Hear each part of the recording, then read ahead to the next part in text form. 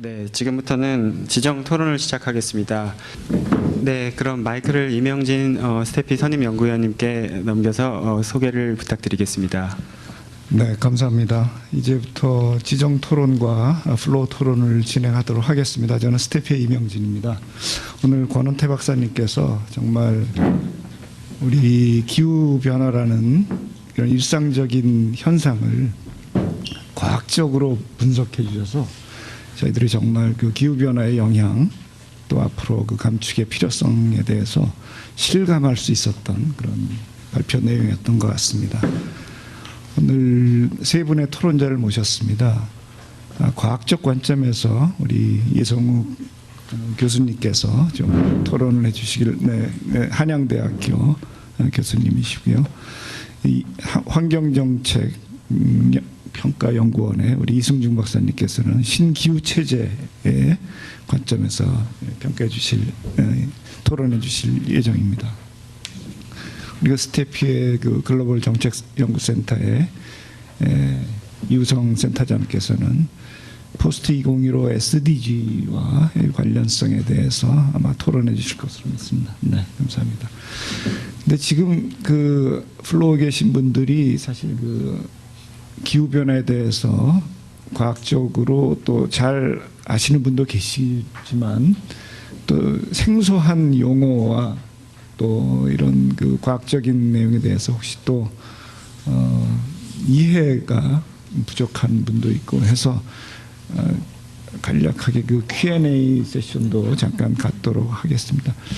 먼저 그 예 교수님께 먼저 말씀을 부탁을 드리겠습니다. 한 5분 내지 10분 정도씩 말씀을 해주시면 될 것 같습니다. 네, 그 자료집에 있는 토론 요지를 참고해서 들어주시면 되겠습니다.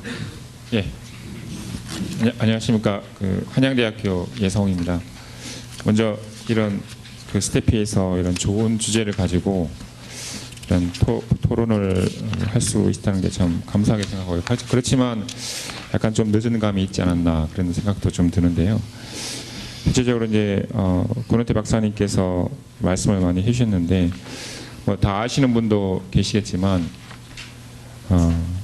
이런 최근에 지구 온난화라든지 어떤 기후 변화 자체가 과연 과학적으로 과연 사실인가 이런 것들에 대해서 예전에는 그런 것들에 대해서 약간 의구심을 가지는 과학자들도 있었고 그런 것들에 대해서 아니다 그렇게 이야기하시는 분들도 있었지만 오늘 권원태 박사님께서 쭉 말씀하신 내용을 보면 또 그리고 또한 최근에 어떤 여러 가지 연구 결과들을 보면 지구 온난화는 과학적으로 사실이고 실제로 지구 온난화가 굉장히 가속화되고 있고 우리가 더 이상 이렇게 늦출 수 없는 그런 문제다라는 것들을 이렇게 확실하게 보여주셨다고 생각이 되고요.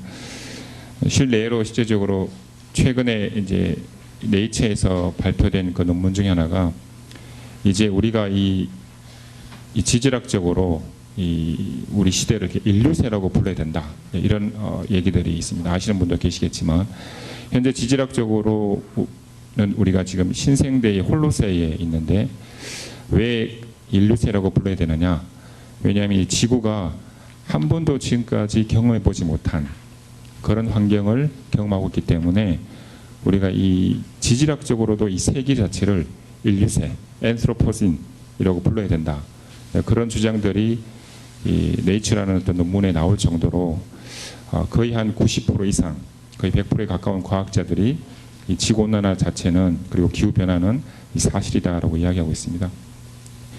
또 오늘 그 권원태 박사님께서 말씀하신 것처럼 그 많은 말씀들 하시는데 제가 꼭 지적하고 싶은 내용은 뭐냐면 꼭 말씀드리고 싶은 내용은 뭐냐면 과연 이제 우리가 이 지구 온난화를 위해서 여러 가지 적응 정책과 완화 정책들을 환경부나 여러 가지 정부 기관에서 이렇게 세우고 있는데 그것의 가장 기본이 되는 요소가 무엇인가 하는 것들에 대해서 우리가 좀 더 생각해야 된다고 생각되는데요. 그것은 바로 뭐냐면 앞으로 기후 변화가 어떻게 될 것인가에 대한 예측, 그러니까 불확실성이 제거된, 그러니까 그 예측 결과, 신뢰성이 있는 그런 예측 결과를 우리가 어떻게 제시해 줄 수 있는가, 그것이 가장 중요한 이슈라고 생각이 됩니다. 그런 어떤 신뢰성이 보장되고 불확실성이 제거되지 않은 그런 기후변화 예측 결과를 우리가 이 소사이어티에 또 대중들에게 제시해 줄 때에 실제적으로 이 적응 정책과 완화 정책을 구체적으로 또 과학적으로도 이제 세울 수 있기 때문에 그런 면이 가장 중요하다는 것을 말씀드리고 싶은데요.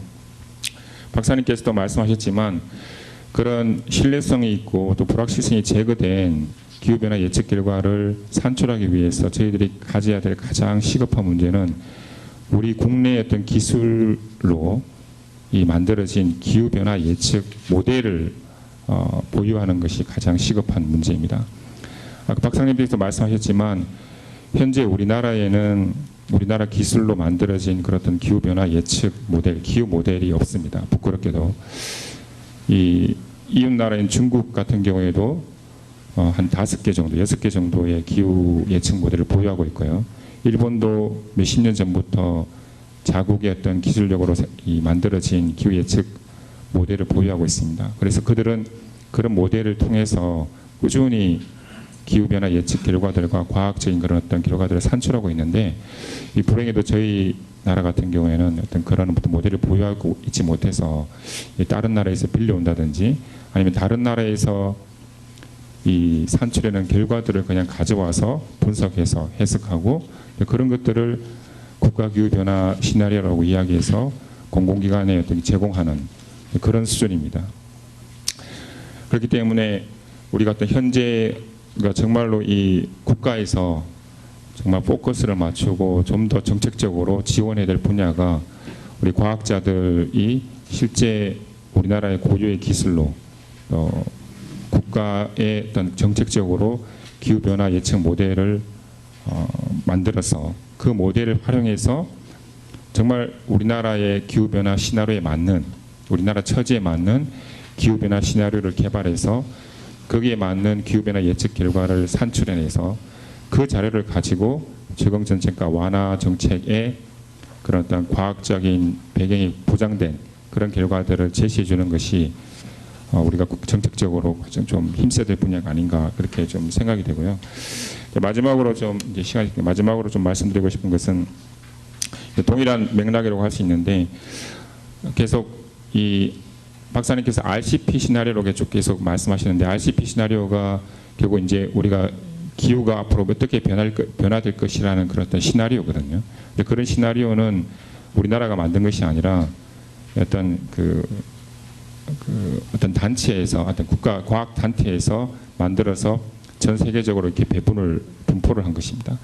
하지만 그 기후 변화 시나리오는 실제 우리나라 적응, 특별히 어떤 중국이라든지 일본, 이렇게 동아시아 지역에 적합한 기후 변화 시나리오가 아닙니다.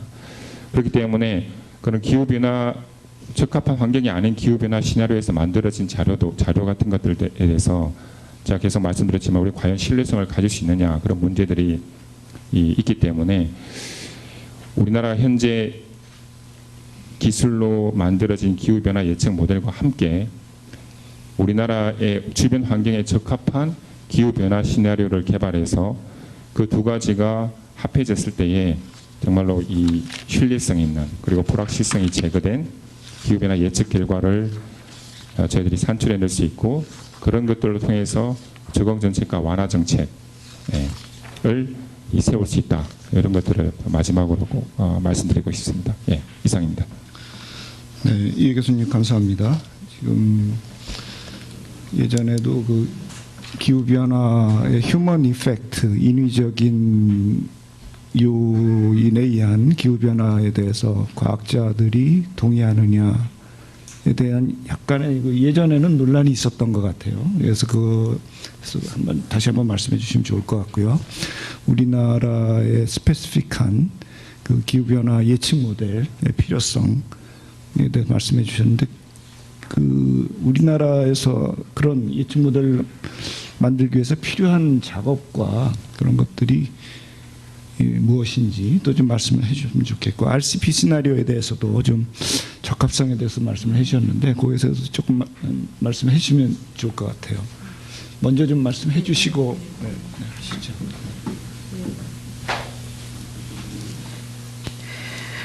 먼저 기후변화 회의론에 관해서는 최근에는 거의 뭐 안 나올 정도로 이렇게 하는데 아마 그 회의론이 그 IPCC 보고서에서 보다 명확하게 지금 현재 인류의 영향이라는 것이 밝혀진 이유도 있지만 최근에 그 윌리 순이라고 해서 그 회의론자들 중에서 굉장히 유명한 그 학자가 있었는데 그분이 그 저기 이제 석유 회사, 석탄 회사 이런 데에서 그 연구비를 지원받았다는 사실이 밝혀지면서 사람들이 그 사람의 그 어떤 객관성에 대해서 굉장히 의구심을 갖게 되는 것도 이유가 있고 마지막으로 생각하면 올해 전 세계적으로 일어난 현상을 보면 이거를 기후변화가 안 일어나고 있다라고 얘기하기는 굉장히 어렵습니다. 왜냐하면은 인도, 파키스탄에서 폭염으로 뭐 2,000명 이상 사망했고 그다음에 캘리포니아 쪽 산불, 뭐 산불 지금 어마어마하게 발생하고 있거든요. 근데 이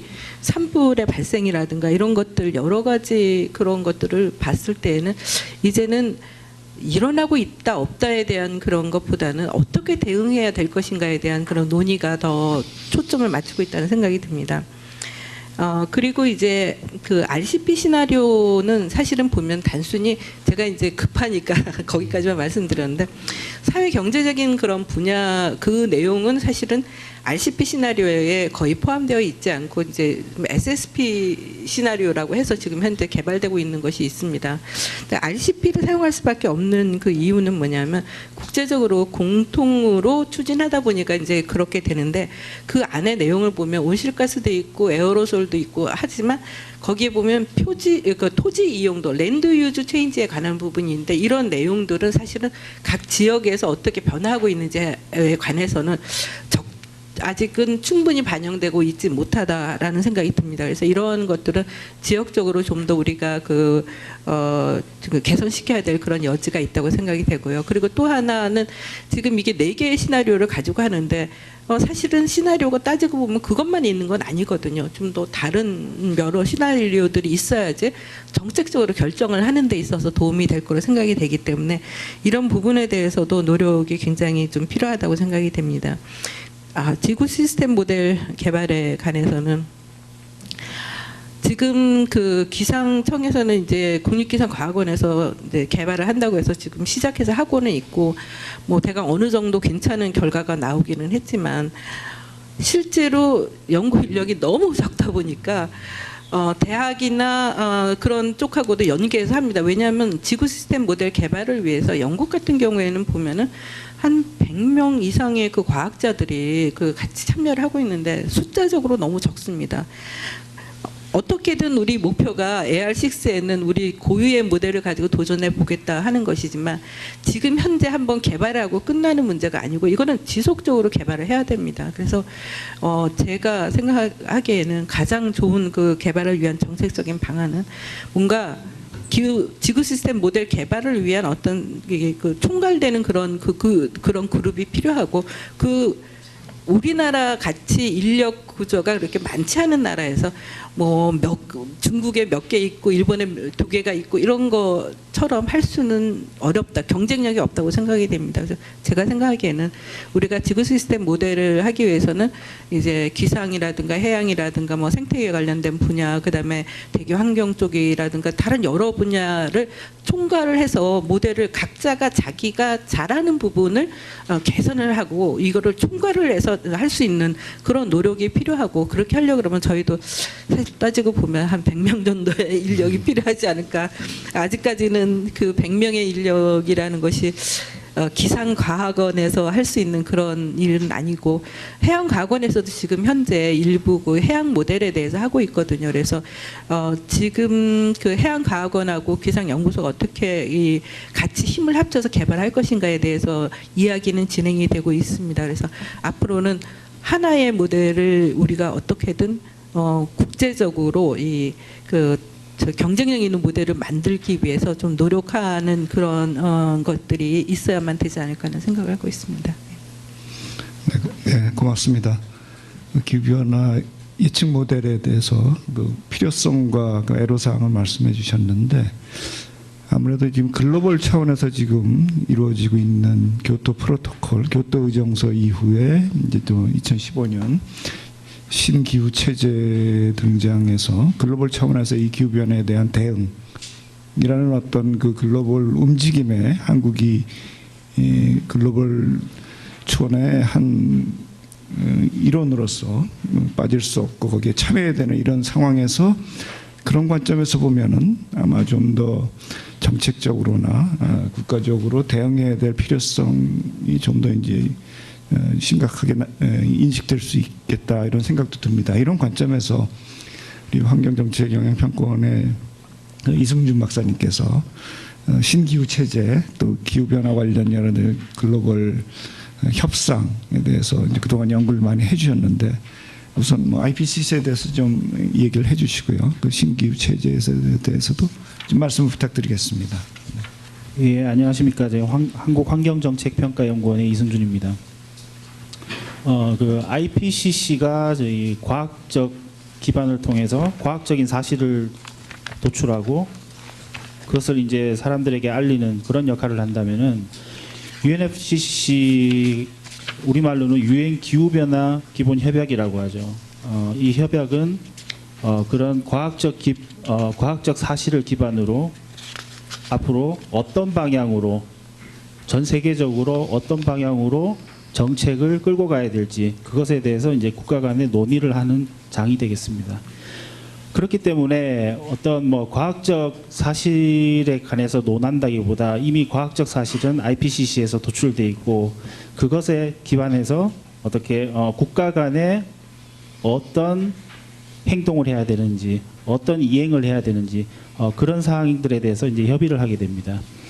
그렇다 보니까 아무래도 어떤 사실에 대해서 논의를 하기보다도 약간 정치적인 그런 논의가 많이 개입이 된다고 할 수 있겠습니다. UNFCCC 그 유엔 기후변화 협약문의 원칙을 보시면은 원칙에 CBDR-RC라는 그런 원칙이 있습니다. 그것이 무엇이냐면은 우리말로 하면은 공동의 그러나 차별화된 책임이라는 그런 뜻입니다. 그래서 이 기후변화 그러니까 온실가스 배출 이런 것에 대한 어떤 책임 문제를 논의하게 됩니다. 그리고 그 책임 문제에 따라서 어떤 지원을 할 것인지 또 차별화된 그러니까 더 많이 배출한 국가는 더 많은 책임을 갖고 더 많은 지원을 하게 되는 그런 논의를 하게 됩니다. 그래서 이제 UNFCC에서 주로 논의가 되는 것은 이제 온실가스 감축에 대해서 당사국들이 어떤 노력을 할 것인지 또 어떤 의지가 있는지 그런 부분에 대해서 논의를 하거나 아니면은 최근에 이제 많이 논의가 되고 있는데 우리가 감축만으로는 부족하다. 기후변화 적응이 필요하다는 그런 과학적 사실도 많이 도출되었기 때문에 그에 대해서 이제 적응 활동이나 아니면은 기후변화의 피해에 대해서 손실과 피해에 대해서 어떤 지원을 할 것인가 그런 부분에 대해서도 많이 논의가 되고 있고요. 그 다음에 또 감축을 한다면은 또 어떤 식으로 이 감축을 접근할 것인가. 예를 들어서 우리가 무슨 뭐 산림을 복원을 해서 감축을 한다든가 아니면은 에너지 섹터에서 감축을 한다든지 여러 가지 방법들이 있겠습니다. 이제 그런 부분에 대해서 이제 시장 메커니즘을 적용할지 아니면은 뭐 비시장 메커니즘을 적용할지에 대해서 또 우리가 보통 이행 수단이라고 말하는 어떤 그 재정 문제 그러니까 선진국의 개도국에 대한 지원 문제 그런 문제나 아니면은 역량 배양 지원 문제 또 기술 지원 문제 이런 부분들에 대해서도 많이 논의가 되고 있습니다. 그래서 아까 말씀드린 그 기후변화 협약이라고 하는 것은 기후변화 기본 협약이라고 합니다. 그 말 그대로 해석을 하면은 그래서 그것은 기본 협약이고 그 기본 협약을 토대로 이제 우리가 그 국가 간의 구체적인 협약 그러니까 의정서 형태나 그런 법적 구속력이 있는 그런 어떤 문서를 도출을 하게 되는데요. 그래서 지금까지 이제 유지가 되어 왔던 것은 바로 그 잘 아시는 교토 의정서입니다. 그래서 교토 의정서가 1995년 이래로 계속 이제 유지가 되어 왔었는데 그 교토 의정서에서 우리가 가장 문제를 삼았던 것은 일단 교토 의정서에서 강조하는 것은 온실가스 배출의 감축입니다. 그래서 다른 부분을 논의했다기보다 온실가스를 어떻게 감축할 것인지 그리고 그것에 대해서 이제 과거 온실가스를 주로 배출했던 걸 선진국의 책임을 물어서 하향식으로 이제 어떤 국가가 많이 배출한 국가는 많이 줄여야 되고 적게 배출한 국가는 적게 줄이는 그런 선진국 중심의 감축 의무 중심으로 이렇게 교토의정서 내용이 구성이 되어 있습니다. 그러다 보니까 전 세계 배출량의 몇 퍼센트, 한 20% 차지를 하나요? 미국, 그리고 미국이 불참을 했죠. 그리고 일본도 중간에 약속을 지키지 않았고, 그 다음에 개도국인 중국은 아예 참여 대상이 아니었습니다. 데이터를 보시면은 미국과 중국의 온실가스 배출량을 보시면은 거의 전 세계 배출량의 40% 이상입니다. 그래서 이런 두 국가가 참여하지 않는 그런 교토의정서가 과연 우리가 그 목표로 하는 협약의 목표인 온실가스 감축 그것을 과연 달성할 수 있는지 그에 대해서 많은 의문이 생겼습니다. 그래서 2010년 17차 더반 당사국 총회에서는 이제 당사국 총회 결정문으로서 더반 플랫폼이라는 것을 채택을 하게 됩니다. 그래서 이 협약의 기본적인 목적을 달성하기 위해서 우리가 새로운 기후 체제를 그런 법적 구속력을 갖는 그런 새로운 기후 체제를 마련하는 데 합의를 하게 됩니다. 그리고 그것을 2015년까지 작업을 완료를 하고 2015년에 이제 채택을 하도록 그렇게 합의를 했습니다. 그래서 올해가 작년에 이제 IPCC 그 최종 보고서가 나왔는데요. 그와 더불어서 이제 올해 그 새로운 기후 체제를 만들어내는 그런 아주 중요한 해라고 할 수 있겠습니다. 그래서 이 기후 체제는 교토의정서 이후에 현재 그 협약에서는 교토의정서를 대체한다고는 하지 않습니다. 교토의정서가 앞으로 존속 여부에 대해서는 아무도 모르는 것이고요. 하지만 암묵적으로 볼 때 사실상 교토의정서가 제대로 작동을 하지 않았기 때문에 우리가 신기후 체제는 교토의정서를 어느 정도 대체를 하는 그런 체제라고 볼 수 있겠습니다. 그래서 교토의정서에서는 그 감축을 중심으로 했고 선진국만 감축 의무를 뒀습니다. 그러다 보니까 미국과 같은 선진국이 반발을 하게 되고 물론 역사적 책임이 있지만 중국과 같은 개도국은 역사적 책임보다는 현재 경제 성장이 굉장히 빠르고 그에 따른 온실가스 배출이 많다. 그렇기 때문에 변화하는 그런 책임을 같이 물어야 된다. 이런 선진국의 문제 제기에 따라서 전체적으로 합의를 한 게 이제 신규 체제, 그러니까 포스트 2020, 2020년부터 발효되게 되는 그런 신규 체제에서는 역사적 책임에 따라서 그렇게 결정을 하는 것이 아니라 각 국가가 내가 얼만큼 기여를 하겠다. 그런 식으로 상향식으로 결정을 하는 그런 방식을 채택을 하게 됩니다. 그래서 우리가 보통 흔히 듣는 그 INDC라고 하는 Intended Nationally Determined Contribution이라고 하는 그런 각 국가가 결정하는 기여, 그것이 바로 이 신기후 체제의 핵심이라고 할 수 있고, 또 하나의 특징은 교토의정서에서는 대부분의 선진국만 이제 참여를 했었지만 신기후 체제에서는 모든 국가가 참여해야 된다. Applicable to all이라는 게 굉장히 중요한 문구고요. 그 다음에 신기후 체제에서는 감축만 다루는 것이 아니라 그와 더불어서 적응이나 재정이나 기술 개발, 투명성, 그 다음에 역량 배양 이 부분도 모두 동일하게 다룬다. 특히 감축과 적응을 거의 동등한 수준으로 다룬다. 이 부분에 대해서 어느 정도 합의점이 지금 이루어져 가고 있습니다. 그래서 그 2012년부터 논의된 게 이제 ADP라고 해서 그 신기후 체제를 논의하기 위한 특별 작업반입니다. 그래서 그 작업반에서는 2012년부터 논의를 시작해서 올해 초에 이제 제네바 그 ADP 회의를 이유로 그 공식적인 협상 문서를 도출했습니다. 그리고 그 공식 협상 문서에는 이제 그 모든 국가들의 그 입장이 다 포함되어 있기 때문에 그것을 이제 합의점을 찾아가고 그 협상 문서를 축약하는데 이후에 계속 지금 협상 그 실무 회의가 진행이 되고 있습니다. 그리고 올해 이제 10월 그러니까 이번 달이죠. 이번 달 중순쯤에 한 번 더 회의가 있고요. 그 다음에 11월에도 지금 있을 수도 있고 그 다음에 마지막이 12월 8일 당사국 총회에서 최종적인 협상 회의가 있을 예정입니다. 그리고 그 12월에 신규 체제 합의문이 도출될 예정입니다.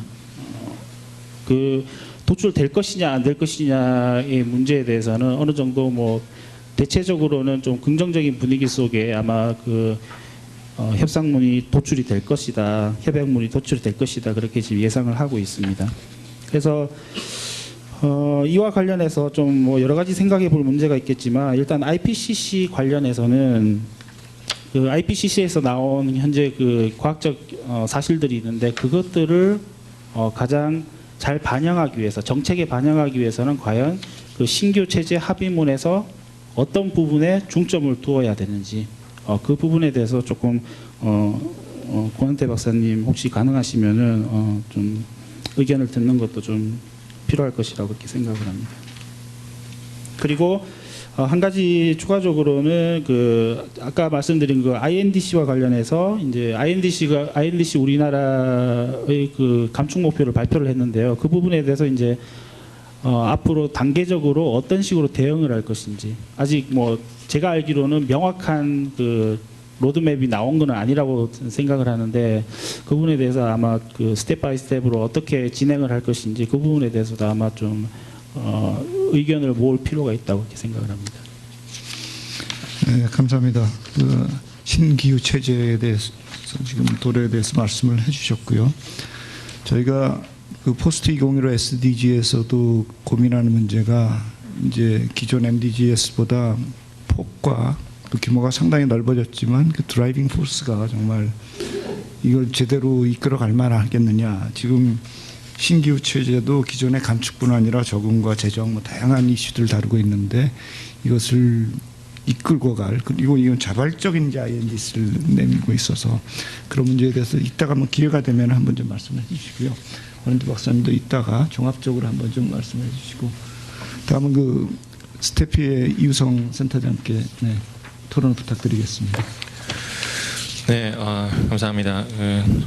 권은태 국장님 그 발표와 토론들 잘 들었습니다. 저는 사실은 좀 그 과학기술 정책하는 사람 입장에서 이제 과학기술 외교라는 관점에서 좀 IPC의 문제들에 대해서 좀 얘기를 좀 나눠드리도록 하겠습니다. 제가 그 토론 자료를 좀 띄우려고 했었는데 지금 띄울 수 있는 상황 아니어서 토론 자료를 만든 것은 나중에 그 보내드리도록 이렇게 얘기를 하도록 하겠습니다. 근데 이제 그 아마도 다들 그 과학기술 외교라는 말이 이제 사이언스 디플로머시라는 말이 최근에 사실은 굉장히 좀 과학기술계에서도 많이 활용되고 있는 용어라고 생각하게 되는데요.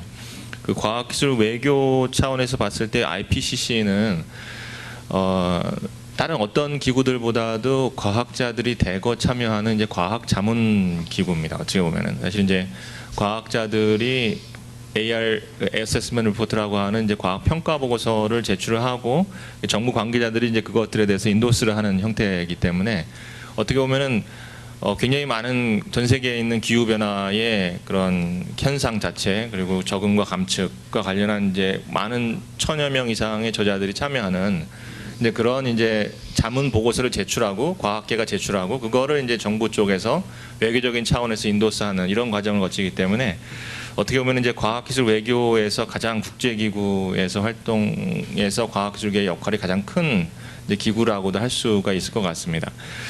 근데 거기에서 사실 저희가 좀 풀어나가고 싶은 얘기는 사실은 이제 권은태 국장님도 말씀하셨지만 저자로 참여하는 분이 850명 집필 중에서 국내 7명에 불과한 것하고 또 사실 제가 이제 그 몇 가지 이제 과제를 수행하면서 저희가 조사한 바에 의하면은 제가 워킹그룹 1에 대해서만 그 인용된 논문들에 대해서만 조사를 했었는데요.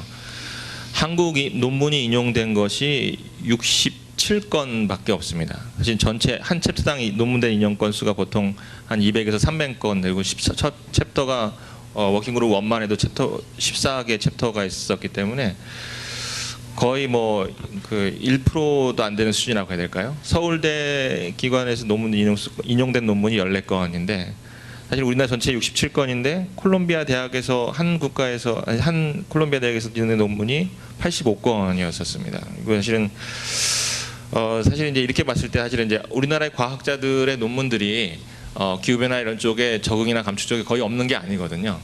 근데 사실 이제 이 프로세스가 어떻게 되냐면은 영어 논문으로 된 것들만 카운트를 하게 되고 또 이제 사실은 이제 피어 리뷰가 상당히 된 것들만 하기 때문에 대부분 이제 개도국에서의 불만들이 사실 그런 거였었습니다. 자국에서 연구된 이런 기후 변화 관련된 특히 여기 저희 출연연에서 연구된 그런 많은 보고서들 굉장히 많은데 그런 보고들이 전혀 인용이 안 되는 형태거든요. 근데 어떻게 보면 사실은 이제 이 과학기술자들이 어세스먼트 리포트라고 하는 평가 보고서를 제출하는 거지만 이게 어떻게 보면 또 굉장히 이제 객관적인 활동이라고 할 수 있지만 어떻게 보면 굉장히 또 외교적인 활동입니다. 왜냐하면 아까도 얘기했지만 사실은 리드 어서들이 있는데 리드 어서들이 대부분 서구 출신 리드 어서들이고 자기들이 관련 있는 사람들의 네트워크 속에서 사실은 이제 논문이나 리뷰나 이런 것들이 이루어지기 때문에 어떻게 보면은 사실은 개도국의 이런 참여가 굉장히 제한적일 수밖에 없는데 한국이 사실은 그런 역량이 없는 것이 아닌데 과학 논문이나 이런 것들에 봤을 때 근데 이런 것들이 전혀 사실은 잘 반영이 안 되는 것은 외교적 차원에서의 전략적인 접근이 없기 때문이라고 생각이 됩니다. 그래서 사실 이제 저희가 이제 그때 봤을 때는 독일이나 이제 미국의 활동들을 봤을 때는 미국 같은 경우는 기후변화 연구 기금에 자체적으로 IPCC 활동을 할 수 있게 따로 지원하는 프로그램들이 따로 있었습니다. 독일에서도 IPCC 관련한 이제 코디네이팅 오피스가 있어가지고 과학자들의 IPCC 활동을 할 때 지원해주는 그런 것들을 전략적으로 참여하게끔 하는 이제 그런 활동들을 하고 있었습니다.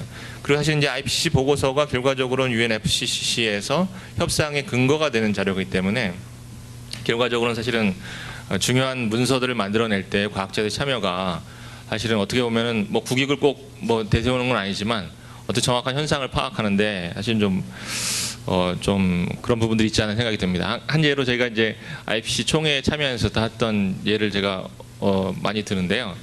그때 이제 그 기후 변화의 가뭄에 의한 산림 피해 현상에 대해서 이제 과학자들이 이거는 꼭 넣어야 된다라고 해서 이제 도표를 냈었는데 공국장님도 아마 기억하실 겁니다. 그때 이제 그거를 이제 총회에서 이제 각 대표단 앞에서 딱 했을 때 모든 국가가 굉장히 반발을 해서 결국은 그거 삭제가 됐습니다. 그게 뭐였냐면 피해가 결국은 산림 피해가 서구 유럽하고 북미 지역에 빨간 점들이 다 찍혀 있는 거예요. 그리고 아프리카에는 거의 한두 개.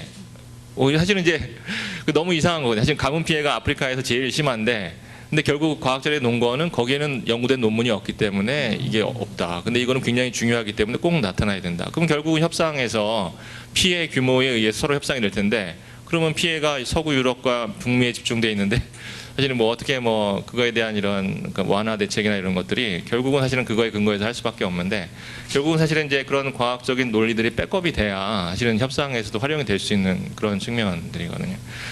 그래서 어떻게 보면 사실 저희 나라가 국제사회에서의 외교 측면에서 본다 한다면은 사실은 이제 IPCC의 이제 의장 이번에 이제 이회성 부회장님이 의상 진출합니다만은 그런 이제 고위직에 진출하는 것들도 굉장히 중요하지만 이게 과학기술자들이 이런 과학기술 외교와 관련한 국제기구에서 활동들을 확대하는 과학기술 외교 강화를 위한 국제기구 활동을 하기 위한 그런 전략들이 조금 더 저희가 전략적으로 생각을 많이 해야 되지 않을까라는 생각들이 듭니다. 사실 이제 그 포스트 2015도 이제 지적을 해주셨습니다만 사실 이제 그 유엔의 사무총장 반기문 사무총장님 주석으로 2013년인가 세워진 게 이제 사이언티픽 어드바이저리 보드입니다. 그래서 이제 과학술 자문 기구가 공식적으로 사무총장 직속으로 생겼는데 거기에 이제 저희 민동필 대사님이 한 분 30명 과학자 중에서 한국 사람이 딱 한 명 계시는데요. 이제 그렇게 좀 이제 그 유엔에서의 국제적인 공식 유네스코 말고도 이제 이렇게 과학기술 외교 활동을 할 수 있는 기구들이 생기고 있고 포스트 2015에서도 사실은 기존의 MDG하고 상당히 다른 측면은 지속가능 발전 목표로 가면서 사실은 이 기후 변화에 대응하는 이제 그런 측면들이 포괄적으로 들어가게 된 거거든요. 그러니까 사실은 이제 어떤 이제 개발 정상회 이번에 이제 개발 정상회에서 인도스된 이 문건 같은 경우에 있어서는 기존의 개도국의 빈곤 문제를 해결하는 것 자체의 포커스가 아니라 전체 전지구적으로 일어나고 있는 기후 변화에 대응하기 위한 적응을 모든 국가들이 어떻게 지속 가능 발전 측면에서 할 수 있느냐를 논의하는 이제 그런 걸로 이제 포괄적으로 변하게 된 겁니다. 이제 그러면서 이제 과학기술의 중요성도 굉장히 늘어나게 됐고 과학기술이 해야 되는 역할들이 굉장히 늘어나고 개도국들도 이제 사실은 이제 부속서 포스트 2015 문서의 부속서에 보시게 되면은 테크놀로지 뱅크에 대한 얘기하고 테크놀로지 퍼실리테이션 메커니즘이라고 개도국들이 선진국으로부터 어떤 기술 이전이나 과학적인 지식에 대한 이전에 대해서 굉장히 강력하게 요구하는 그런 내용들이 상당히 많이 이제 포함되게 됐습니다. 그래서 사실 이제 그런 측면에서 본다고 하면은 저희 나라의 입장, 저희 나라는 사실은 그 IPC 총회에서도 늘 사실은 이제 중간자적 입장을 늘 견지합니다. 그래서 선진국에서도 저희 쪽에 뭐 발언 요청을 요청하기도 하고 개도국에서도 발언 요청을 하게 돼서 사실은 거의 중재자적 입장이기 때문에 저희가 과학기술 역량이 선진국과도 대견할 수도 있고 또 과거의 개도국의 그런 과학기술의 미비한 부분들도 이해할 수 있기 때문에 그런 중간자장 역할을 저희가 다자기구에서의 국제기구에서의 역할 속에서 한국에 찾아갈 수 있다고 한다면은 사실 참 어떤 리더십을 발휘할 수 있는 굉장히 좋은 영역이라고 생각이 되고 특별히 이제 IPCC 기후 변화와 관련한 그 협력 속에서 저희 나라가 좀 그런 역할들을 사실 이제 IPCC는 기상청이 포컬이기 때문에 이제 환경부와 산업부의 참여가 상당히 제한적입니다. 그리고 사실은 참 그렇게 많이 활동을 안 하시는데 그런 이제 다부처간 좀 협력을 통해서 기후 변화 관련된 이슈들 특히 적응과 관련해서는 재난 대응과 관련해서 저희가 이제 APEC이나 아세안이나 이런 국제기구 회의에서도 많이 참여를 합니다만은 개도국들은 이런 재난 대응에 대해서 엄청난 민감한 이슈들이거든요. 과거에 태풍이 몇 개월마다 한 번씩 오던 게 매월마다 오게 되는 이런 상황이 되다 보니까 저희가 재난 대응과 관련할 수 있는 이런 뭐 모니터링 시스템이라든지 저희가 잘할 수 있는 영향들이 있는 부분들이 있기 때문에 어떻게 보면 이제 국제기구에서 그리고 양자 간 협력에서 이제 과학기술 외교를 통해서 기후 변화를 중심으로 이런 적응과 완화에서 저희가 할 수 있는 역할들이 상당히 많을 거라고 생각이 됩니다. 이제 그런 부분에서 좀 제가 약간 전략적인 차원에서 접근을 하는 그런 과학기술 외교가 좀 많이 생겼으면 좋겠다는 생각입니다. 네, 감사합니다. 네, 감사합니다, 센터장님. 그 기존에 이제 디플로머시 포 사이언스였죠. 사이언스의 진흥을 위해서 외교가 여러 가지 하는 차원에서 이제 사이언스 포 디플로머시 또 지금 IPCC 같은 것은 과학적인 전문적인 지식을 갖고 외교 활동에 나서는 사이언스 인 디플로머시라고 표현을 하죠. 그런 내용에 대해서 지금 IPCC가 정말 최전선에 서서 나가 있는 상황입니다. 그런 상황에서 지금 IPCC의 과학적인 분석의 결과가 기후변화 협약이라든지 신기후 체제 쪽으로 이렇게 전달이 되는데 그 신기후 체제라든지 포스트 2015 같은 데서의 또 어떤 그 내용이 또 IPCC 혹은 이 과학적인 분석의 방법론의 앞으로의 방향을 또 제시하는 그런 쪽도 있을 것 같아요. 그 외에 또 이수진 박사님이나 예 교수님께서 질문하시거나 코멘트해 주신 내용에 대해서 혹시 코멘트해 주실 내용이 있으면 이따 좀 한꺼번에 해주시고요. 그 플로어에서 좀 그 몇 분의 코멘트와 질문을 좀 받아서 네, 종합적으로 권 박사님과 토론자들이 대응하시는 식으로 진행을 하도록 하겠습니다. 네, 저기 네 말씀해 주시죠. 이광화 미래의증연구소장입니다. 잘 들었습니다. 권 선생님한테 하나 질문을 하겠습니다. 이 19쪽에 보면은 제일 밑에 기온 상승으로 21세기에는 북극 해구의 범위가 지속적으로 감소될 것으로 전망했는데 확대되는 거 아닙니까? 아니요, 이게 제하고 문제가 있습니다. 제가 지금 한미 양국 정부에 북극해 북태평양 평화공생 비전을 제안해놨는데 저는 그 북극해가 확대된다고 봅니다. 그 말하자면 얼음이 녹는 거 아닙니까? 지구 온난화는. 그렇게 권쳐 주셔야 됩니다. 감사합니다.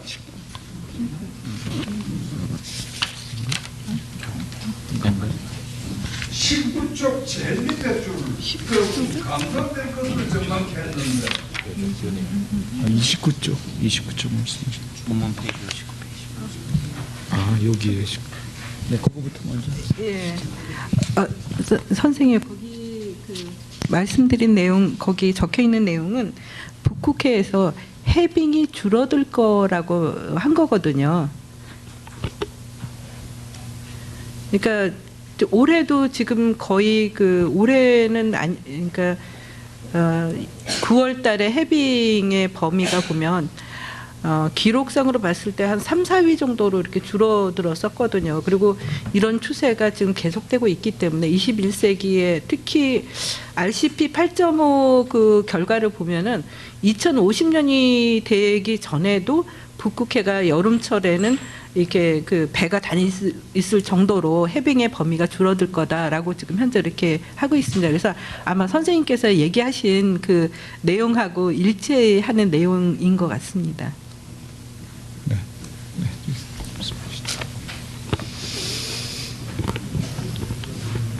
네, 안녕하십니까. 저는 항공원자력연구원의 이태준입니다. 주제 발표하고 세 분 토론 정말 잘 들었습니다.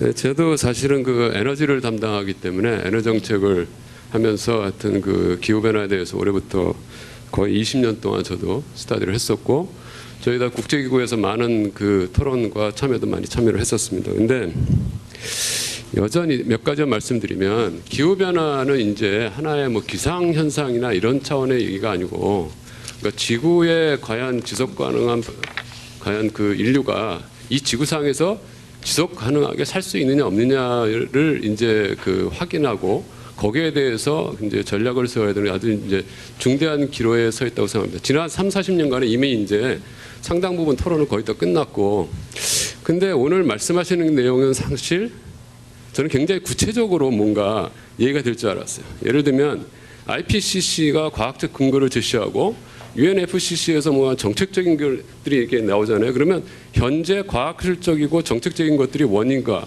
현상, 결과 그게 어떻게 지금 구체적으로 되어 있고 이것이 마켓 측면에서는 어떻게 지금 다뤄줘야 되고 난마켓 측면에서 어떻게 다뤄줘야 되고 그것이 미래지향적으로 대응을 세울 때 적응하는 거하고 만약에 감축하는 게 있다면 이것도 마찬가지로 그 원인 결과 파급 효과에 맞춰서 우리가 어떻게 중장기적으로 이걸 해나가야 될 것인가 이런 부분이 좀 더 구체적으로 나오고 거기에 스태피가 하는 거잖아요.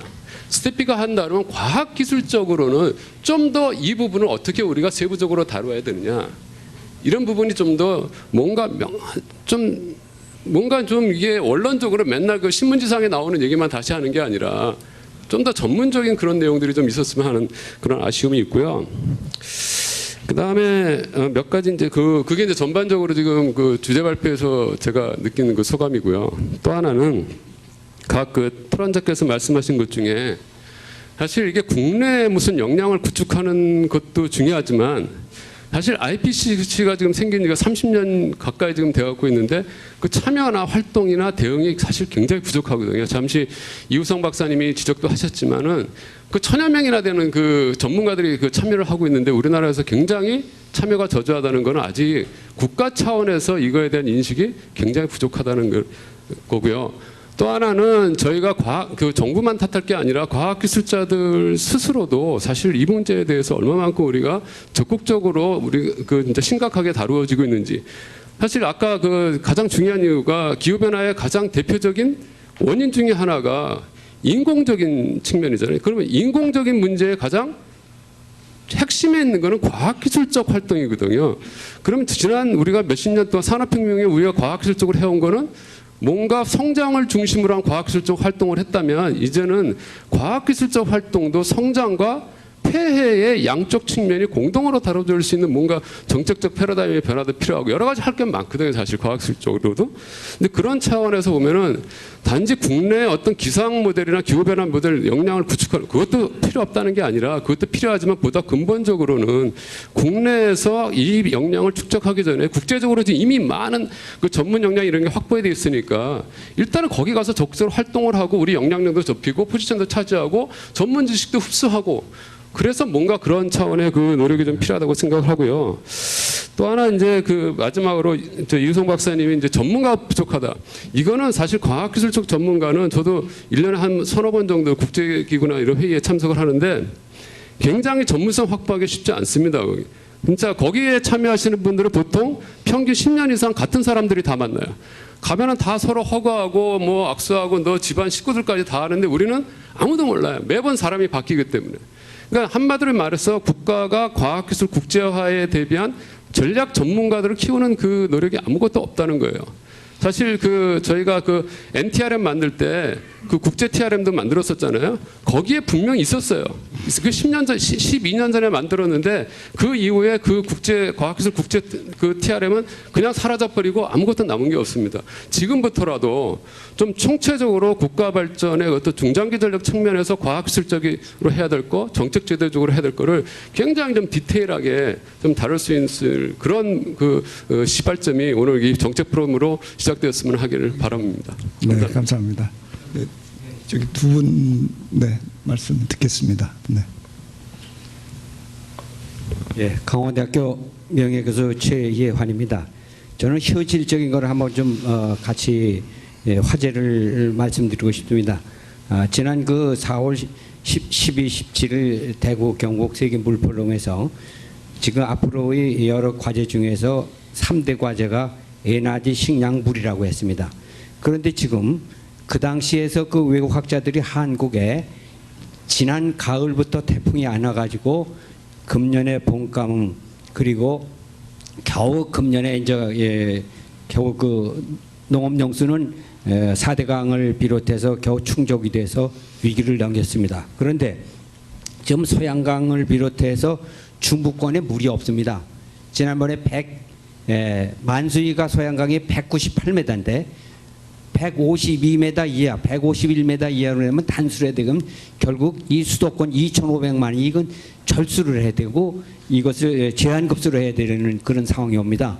지금 어젠가 오늘 신문에 지금 중부권은 이미 제한급수로 들어갔습니다. 그런데 이와 같은 것을 외국 학자들은 작년뿐만 아니라 금년 2015년, 2010년, 2017년까지 기후변화로 이런 그 패턴이 올 수도 있으니까 이거에 대비해서 한국은 연구와 대비를 해야 된다. 그걸 저한테 경고성 비슷한 얘기를 해줬습니다. 그래서 이거는 연구로만 끝나는 것이 아니라 실제 이 기후변화에 대한 그것을 대비한 학자나 정책을 세우는 사람이나 국가들이 이걸 세워서 국가기관이 세워서 지금 상류 지역에 물이 그 농사 짓는 사람이나 혹은 그런 사람들은 피부를 느끼지만은 지금 서울 수도권 시민은 물을 물수도 쓰고 있습니다. 절수에 대해서 전혀 모르고 있습니다. 가뭄이 얼마나 심각한다는 건 뭐 아프리카와 같은 그런 어려운 거를 우리나라도 오지 않으리라고 단언 못합니다. 그래서 이런 경고성 있는 것을 우리 모든 물을 연구하고 기후변화에 오늘 권 박사님 좋은 말씀했지만은 대비한 그런 정책과 연구와 시나리오를 만들어야 되지 않나 해서 경고성 있는 현실적인 것을 제외하는 바입니다. 이상입니다. 네, 감사합니다. 네, 마지막으로 네, 몇 분 더 받고 네, 하겠습니다. 중앙대 강철승 교수입니다. 이 조금 전에 그 이승준 박사님이 얘기하시는 거 39페이지에 주요 배출국은 미국을 포함한 선진국과 중국을 포함한 주요 개도국 적극적인 참여와 기여 의지가 확인이 필요하다.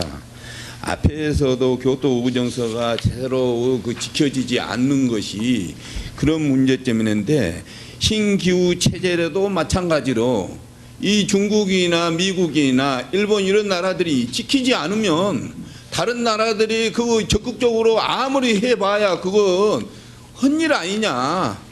이 사람들을 어떻게 그 적극적으로 참여할 수 있는 그런 그 미국이나 중국을 그거 G2에 있는 이런 나라들이 그거 하지 않으면 우리 개도국이나 여기에 있는 우리 주위에 있는 뭐 G20에 아무리 아우성을 쳐도 아무 효과가 없을 텐데 거기에 대한 정책이 국제적으로 어떻게 있는 건가요? 우리나라에서는 어떻게 거기에 대응을 하는 건가요? 그거 이런 모든 연구나 이것이 그 나라들이 지키지 않으면은 그거 우리 그 연구나 모든 이런 것이 정말 효과가 전혀 없을 것 같은데 거기에 대한 대응책이 어떻게 되어 있는지요? 네, 그 이따가 이승준 박사님이 마지막으로 말씀해 주시고요. 네, 한 두 분만 더 받고 네, 마무리하도록 하겠습니다. 마지막 쪽. 네. 네, 안녕하세요. 저 프라운호퍼 한국 대표사무소의 김주혁이라고 합니다. 오늘 권은태 박사님과 패널에 계신 분들 말씀 굉장히 감명 있게 들었습니다. 감사합니다. 계신 분들께 직접적으로 어드레스가 되는 이슈인지는 모르겠습니다만 그 권 박사님께서 말씀 주신 부분 중에 제가 좀 많이 공감하고 있는 부분이 그 기후 변화 대응의 가장 중요한 기반이 국민적 공감대 형성이라는 부분. 이게 이런 부분이 이제 소셜 다이얼로그 측면에서 이미 우리나라에서 어떤 효과적으로 진행되고 있는 플랫폼들이 있는 건지가 좀 궁금하고, 사실은 저도 독일 기관에 있어서 그런지 그 독일 쪽의 현황들을 보면은 이런 부분들에 대해서 많은 툴들을 두고 있는 것 같다는 인식을 받거든요. 그래서 과학기술적인 측면들의 어떤 새로운 발견들이나 중요한 이슈들이 국민들에게 어떻게 어드레스가 되고 공감들을 얻어나가는지에 대해서 피력을 하셨는데 충분히 많이 공감이 되는 부분이고요. 제 개인적인 소견으로는 국민적 공감대 형성을 갖기 위해서는 지금까지 저도 뭐 서민 중에 한 사람이지만 가장 저희 이 경제 살림, 가정의 경제 살림과 이 기후 변화의 어떤 효과들, 파급 효과들이나 이펙트들이 어떤 식으로 연결이 되는 건지에 대한 것들이 좀 이렇게 재미있게 뭔가 펼쳐질 수 있다면 그것들이 굉장히 빨리 국민들이 좀 캐치하는 데 도움이 되지 않을까, 뭐 이런 생각이 들고, 뭐 또 짧은 의견 하나만 더 말씀드리면, 이것들을 이제 기존에 있는 그 국민과의 소통 플랫폼에서 이거를 어떻게 새로 탑재할 것인지, 예를 들자면 공영방송의 날씨 기상캐스터가 날씨를 얘기를 할 때 뭐 한 30초 정도 더 할애를 해서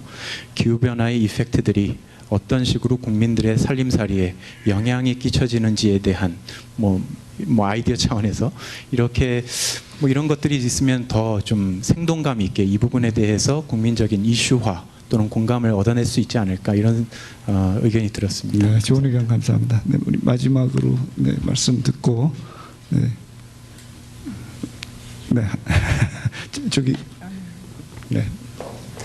먼저 하셨으니까요. 네, 그리고 마지막으로 좀 하겠습니다. 네. 예, 저는 기시대 명예연구위원 김윤호입니다. 이 기후 변화를 가져오는 주 원인은 이 태양의 마음에 달렸습니다.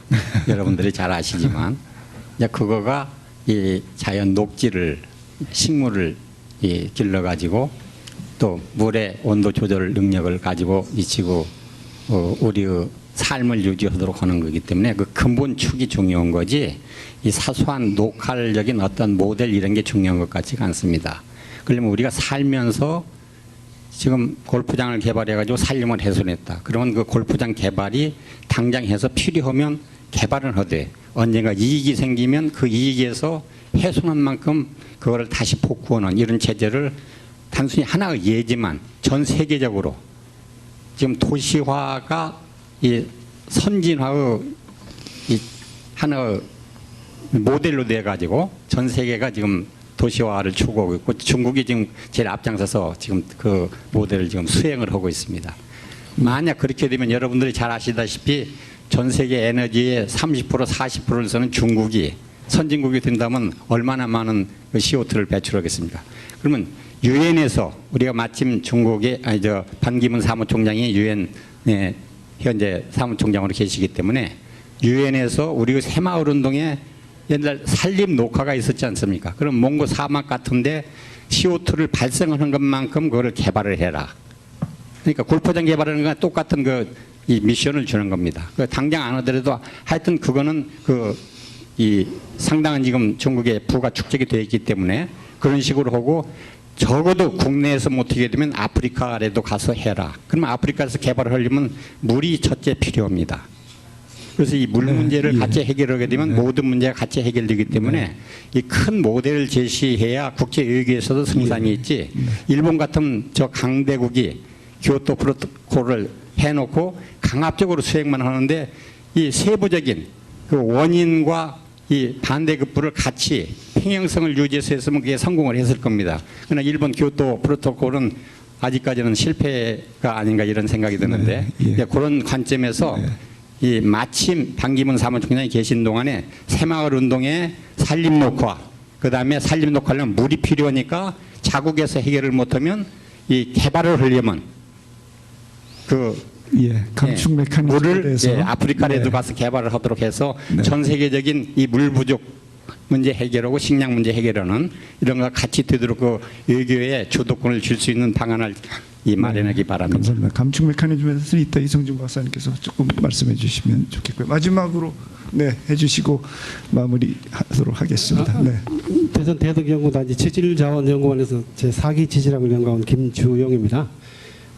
저희는 그 지질학적으로 땅에 기록된 증거를 가지고 이제 기후 변화를 합니다. 저희가 지질학적인 기후 변화를 그러면 적어도 뭐 센테년, 수백 년, 천년, 뭐 심지어 뭐 만년 이런 주기를 가지고 하는데 사실은 최근 기후 온난화, 지구 온난화나 이런 거는 뭐 15년 내지 30년 사이에 있는 엘니뇨, 라니냐라든지 여러 가지 뭐 퍼시픽 데케이드 오실레이션이라든지 수십 년 인터데케이들, 인트라데케이들 이런 주기가 그 웜하든지 뭐 상대적인 쿨하든지 이런 거가 막 반복되고 또 그것이 익스트림하게 강도라든지 그 주기가 막 빨라지든지 세지니까 그거를 이제 피부에 와닿는 거잖아요. 그래서 제가 이제 사실은 그 기상 쪽 개념이죠, 사실은. 그래서 요 두 개가 우리가 기후 변화, 기후 온난화 이런 얘기할 때는 조금 더 지올로지컬한 거예요, 사실은. 그 뭐 생태적인 방도 그렇고 뭐 어떤 애트모스피어, 하이드로스피어, 뭐 오션, 뭐 모든 그 기록체가 얘기하는 거는 기후라고 얘기할 때는 조금 이제 장기간적이거든요. 그래서 이제 저희가 사실은 더 피부에 와닿는 거는 기상적으로 얘기할 때 뭐 엘니뇨, 라니냐 사이클이라든지 그게 일본 같은 경우는 상당히 뭐 전체가 과학자들하고 교류해 보면은 해양이든 육지든 뭐 생태계든 하천이든 산이든 어디든지 과학자로서 저도 과학자로서 자료를 가지고 그걸 계속 이제 교류하면서 그 자료를 통합하는 쪽으로 가더라고요. 그래서 지질학적인 것뿐만 아니라 기상학적인 것도 같이 통합해가지고 그리고 우리가 앞으로 뭐 10년, 20년, 30년, 50년, 100년 사이에 일어날 일을 계속 얘기를 하는데 우리는 그런 자료를 갖고 얘기하는 것보다는 어떻게 보면 좀 뒤따라가는 것 같은 그런 느낌을 많이 받아가지고 저희가 좀 많이 각성이 됩니다. 그래서 저희가 기상자료 그 수십 년 데케이드를 한 거하고 센테니얼 뭐 밀레니엄 이런 자료들이 어떻게 통합적으로 잘 관리돼야 되는지 그런 연구 그룹이나 그런 것이 좀 더 활성화되면은 그런 연구가 우리나라 자체의 자료, 우리나라 자체의 어떤 데이터 세트가 구축될 것 같습니다. 감사합니다. 네, 감사합니다. 과학기술계의 총체적인 지식과 지성이 결집돼야지 될 것 같은 이런 여러 가지 좋은 말씀을 해주셨습니다. 우리 토론자분들께서 마지막으로 해주시고 권은태 박사님께서 마지막 마무리 해주시도록 하겠습니다. 짧게. 예. 그 프로에서 많은 중국 얘기도 많이 나와서 그 중국 얘기만 하고 마치겠습니다. 그러니까 시진핑 주석이 2030년인가 2050년까지 중국의 오염을 50% 줄이겠다고 이제 공약을 했는데요. 그런 얘기가 발표하고 나서 그런 쪽에 연구하는 과학자들이 모여서 염려를 했던 게 뭐냐면 중국이 오염을 한 50% 줄이면 동아시아 지역의 기온이 2 내지 3도씩 더 증가할 것이다라는 그런 얘기를 한 적이 있습니다. 그러니까 제가 말씀드리고 싶은 건 뭐냐면 프로레이스도 여러분들이 많은 가뭄, 뭐 태양, 뭐 여러 가지 지질 이런 쪽으로 굉장히 많이 말씀하셨는데 우리가 그런 모든 어떤 다양한 어떤 시나리오들 이런 시나리오들을 가지고 우리가 미래를 예측할 수 있는 툴이 저희들한테 있어야 되는데 제가 계속 반복해서 강조해서 말씀드리지만 그 툴은 물리, 화학, 생물 이런 모든 것들의 총집합체인 기후 모델이 있어야 됩니다. 기후 모델. 그 기후 모델을 가지고 있을 때에 이 프로에서 마신 말씀들을 다 저희들이 그게 적용해가지고 저희 어떤 과학적인 그런 어떤 결과들을 도출할 수 있기 때문에 이 국가가 정책적으로 그런 어떤 모델 개발을 위한 어떤 센터라든지 어떤 연구소라든지 그런 것들을 제공해서 이런 모든 문제들을 다 이 총합할 수 있는 그런 어떤 방향으로 나아가야 되지 않을까 그렇게 말씀드리고 있습니다. 네, 고맙습니다. 네, 이승준 박사님. 네. 예, 그 감축 메커니즘과 관련해서 이제 한국은 지금 UNFCCC 하에서 비부속속 국가입니다. 비부속속 국가라는 것은 선진국의 지원을 받는 궤도국이라는 뜻이고요. 어떻게 보면 좀 말이 안 된다고 생각할 수도 있는데 우리가 그때 협약 체결할 당시에 그 OECD 국가가 아니었기 때문에 일단 비부소속 국가로 지금 현재 분류는 돼 있는데 사실상 모든 국가 다 인식을 하고 있습니다. 한국은 경제적으로 상당히 상위에 있는 국가고 어떤 월드뱅크 지표나 이런 것들을 보더라도 감축에 대한 압박을 많이 받고 있습니다. 그래서 우리가 얼마 전에 INDC도 제출했지만 그 이제 INDC 공약을 지키기 위해서 어떻게 우리가 앞으로 감축 메커니즘을 끌고 갈지 그것을 반드시 UNFCCC 하에서 우리가 생각할 필요 없이 INDC는 말 그대로 자국이 결정하는 기업입니다. 그래서 우리가 어떤 산업계나 아니면은 특정 섹터에 이렇게 기대를 하기보다도 사회 전반적으로 어떤 그 감축 메커니즘을 다양화할 필요가 있다고 이렇게 생각을 합니다. 그리고 아까 선생님께서 그 중국과 미국의 참여를 이제 어떻게 해야 되느냐 그 문제를 말씀하셨는데 제가 느끼기에는 그 과거에 비해서 이제 중국과 미국의 최근 그 동향을 보았을 때 그 어떤 국내적인 온실가스 감축 정책이나 아니면은 협상장에서의 그런 태도를 봤을 때 태도가 많이 변했다고 그렇게 생각을 합니다. 그래서 과거에 그렇게 그 외면했던 그런 모습과는 달리 현재 이제 신규 체제에 참여하기 위해서 미국이나 중국도 굉장히 좀 많은 공을 들이고 있는 걸로 저도 그렇게 알고 있고 협상장에서도 굉장히 적극적으로 지금 참여를 하고 협상을 이루어내기 위해서 노력을 하고 있습니다. 그런 측면에서는 저는 상당히 좀 긍정적이라고 생각하고요. 그리고 또 아까 그 박사님께서도 말씀하셨듯이 우리가 이제 좀 과거에 어떤 개도국의 입장도 겪어봤고 어떤 선진국의 입장도 겪어봤기 때문에 경제적으로 협상장에 가면 우리는 그 좀 중재안을 많이 제시하려고 노력을 합니다. 그래서 그런 측면에서 좀 브리징 롤을 하기 위해서 미국과 중국 이런 거대 국가들을 참여를 위해서 우리가 최대한 그 협상을 성공시키기 위해서 그렇게 많이 중재안을 내려고 이렇게 노력을 하고 있으니까 아마 신규 체제 합의가 잘 이루어지지 않을까 그렇게 좀 생각하고 있습니다. 네, 기대해 보겠습니다. 이유성 센터장님. 네, 좋은 지적들 너무 감사드립니다. 그 사실은 이제 저희 나라의 이제 국제 협력 활동, 과학술 국제 협력 활동들, 뭐 논문 수나 공동 특허나 공동 논문 이런 것들을 보게 되면 제가 OECD 국가 과학술 지표 활동 중에서 대부분 다 이제 상위권이거나 적어도 중간 이상인데 유일하게 하위권에 있는 게 이 국제협력 두 가지 지표입니다. 국제 공동 논문, 국제 공동 특허. 그 사실 과학술계 자체도 저희 나라가 이 국제협력에 대해서 그렇게 많은 활동들을 기울이지 않고 있다. 굉장히 일본하고 너무 비슷합니다. 사실 이제 자국 내 과학술 활동에만 집중하는 이제 그런. 근데 일본은 사실은 과학술 외교 측면에서는 굉장히 전략적으로 많이 활동들을 하고 있거든요. 국가적인 차원에서.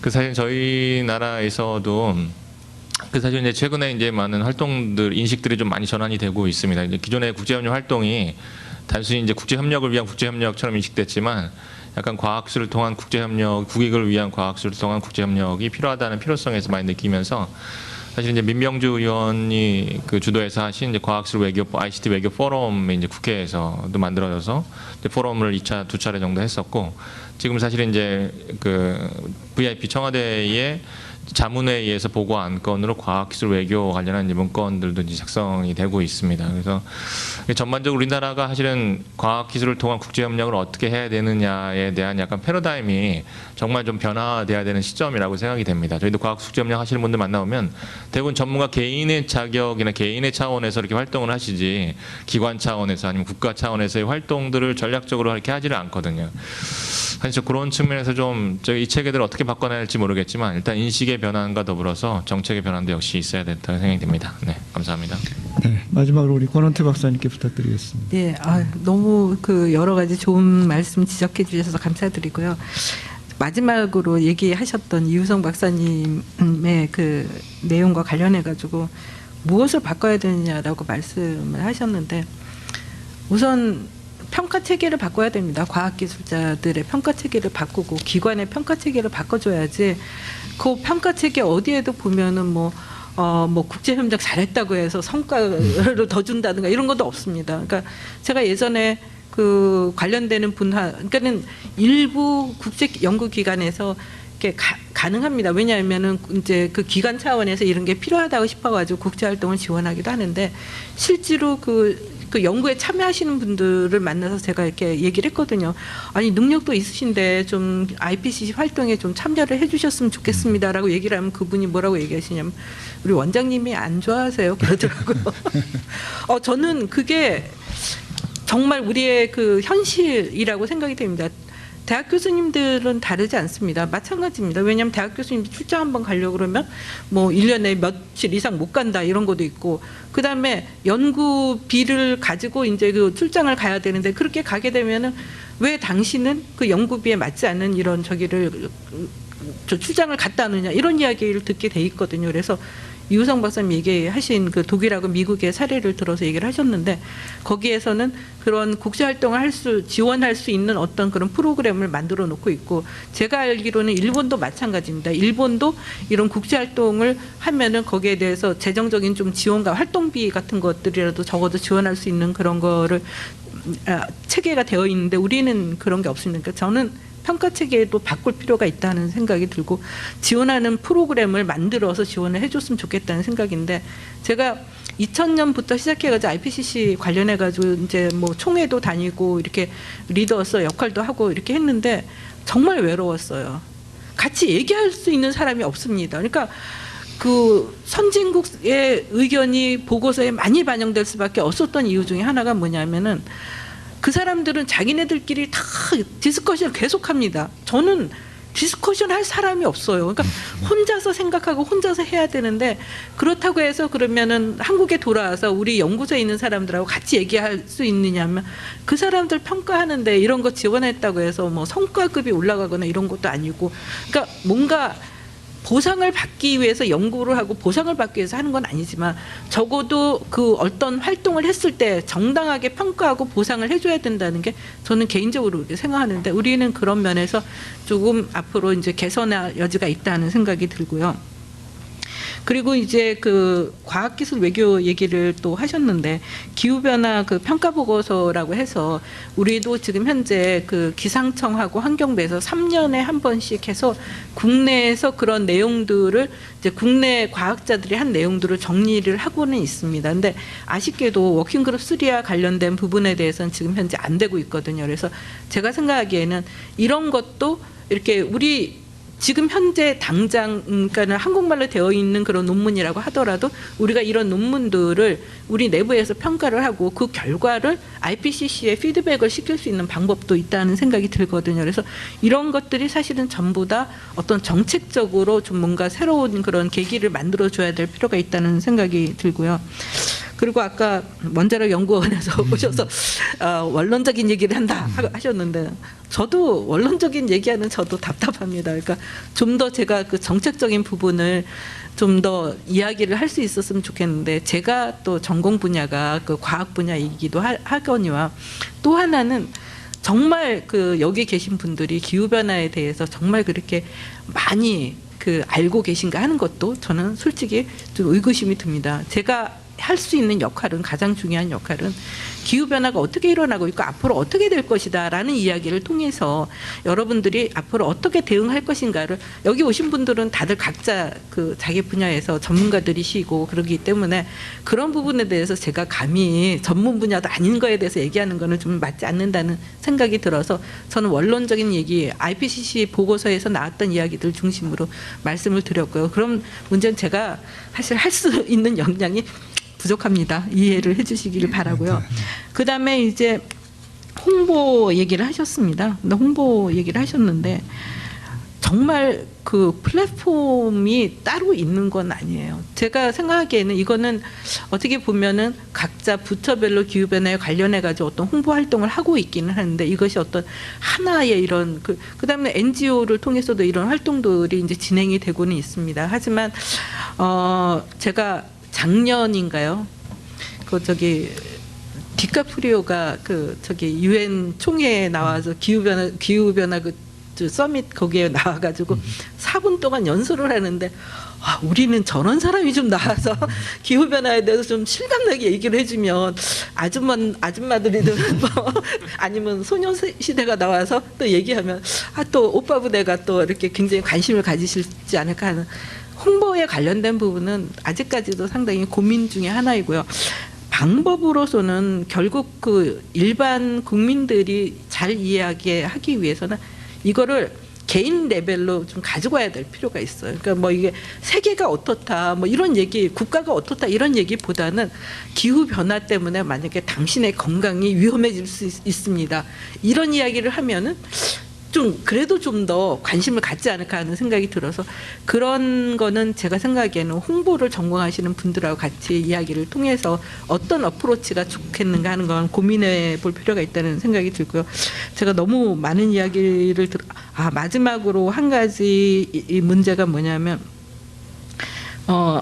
예상욱 교수님도 얘기를 했던 거지만 이제 이게 고유의 정보라는 게 이게 굉장히 중요하다 하는 이야기를 했는데 저희도 전적으로 동의를 하고요. 그리고 이유성 박사님이 이제 그런 정보들의 경우에 이렇게 이제 우리가 이렇게 앞으로 그 협상의 그런 방향을 우리가 좀 주도하기 위해서는 이슈를 개발할 필요가 있다는 그런 이야기도 하셨는데요. 제가 생각하기에는 우리가 지금 가장 부족한 부분이 그 기후변화 협약이나 이런 데 갔을 때, 그러니까 물론 협약에 가서는 굉장히 역할도 잘하고 이렇게 하고 있지만 정말 그 협약을 앞으로 5년 뒤, 10년 뒤를 내다보고 우리가 이런 문제에 대해서 과학적으로 이거를 먼저 해결을 하면은 여기에 대해서 우리가 뭔가 주도적인 이슈를 제시할 수 있다 하는 부분에 대해서는 정말 그 부족한 부분이 아닌가 하는 생각이 듭니다. 그래서 앞으로 이제 해야 되는 그 일 중에 하나가 6차 보고서를 통해서 우리가 무엇을 다루어야 할 것인가. 그러니까 이게 단순히 과학뿐만이나 기술뿐만이 아니라 정책 분야까지 포함해서 우리가 할 수 있는 부분이 뭔지에 대해서 좀 더 전문가들이 논의를 할 수 있는 그런 것들이 좀 필요하다는 생각이 듭니다.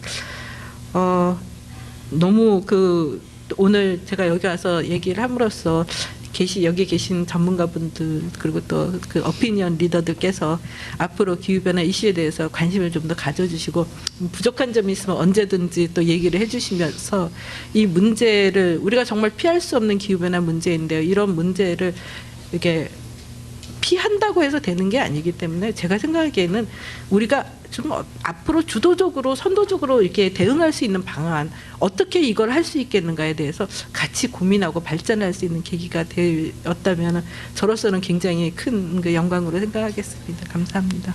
네, 대단히 감사합니다. 네, 국내적으로는 범과학기술계 또 뭐 언론이라든지 또 글로벌 차원에서의 그 집단 지성과 대응이 요청되는 이런 기후변화 이슈에 대해서 우리 권원태 박사님과 토론자분 또 플로에서 지금 늦은 시간까지 열심히 토론해 주시고 함께 지혜를 나눠주셔서 감사합니다. 네, 이것으로 토론을 마치겠습니다. 감사합니다.